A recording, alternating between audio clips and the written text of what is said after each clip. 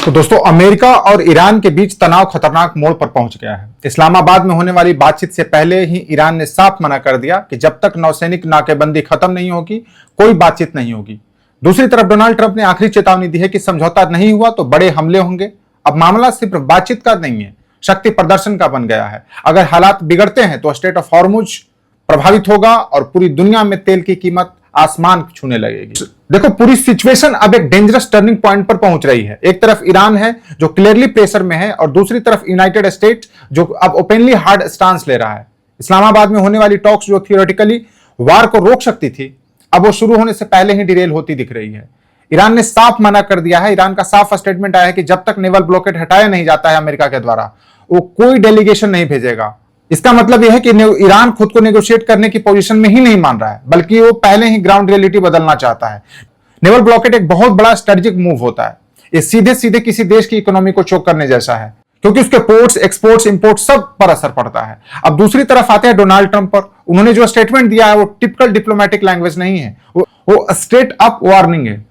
Last chance है और infrastructure strike जैसे शब्द बताते हैं कि यूएस अब पेशेंस लूज कर रहा है। इंफ्रास्ट्रक्चर स्ट्राइक का मतलब होता है कि power plants, oil, refinery, ports, यानी सीधे सीधे देश की ब्लॉक बैकबोन पर हमला।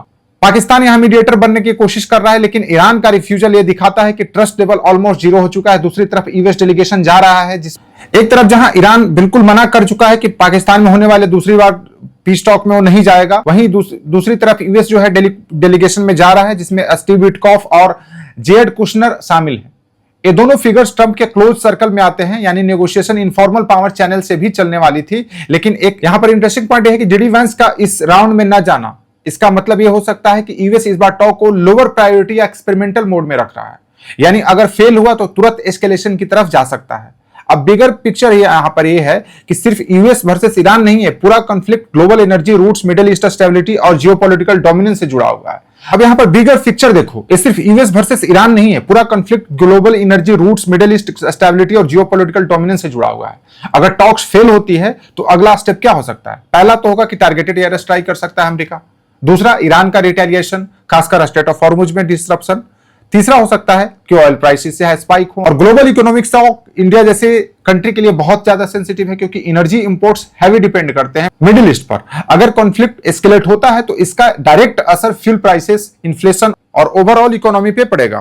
तो अभी जो हो रहा है वो डिप्लोमेसी का कोलैप्स नहीं, बल्कि प्रेशर डिप्लोमेसी है, जहां दोनों साइड अपोनेंट्स को वीक पोजीशन पे लाने की कोशिश कर रहे हैं, फिर नेगोशिएशन टेबल पर आना चाहते हैं। अब इसमें देखते हैं कि आगे सिचुएशन क्या होती है। जैसे ही कोई अपडेट आती है तो आपसे फिर मिलेंगे। जय हिंद।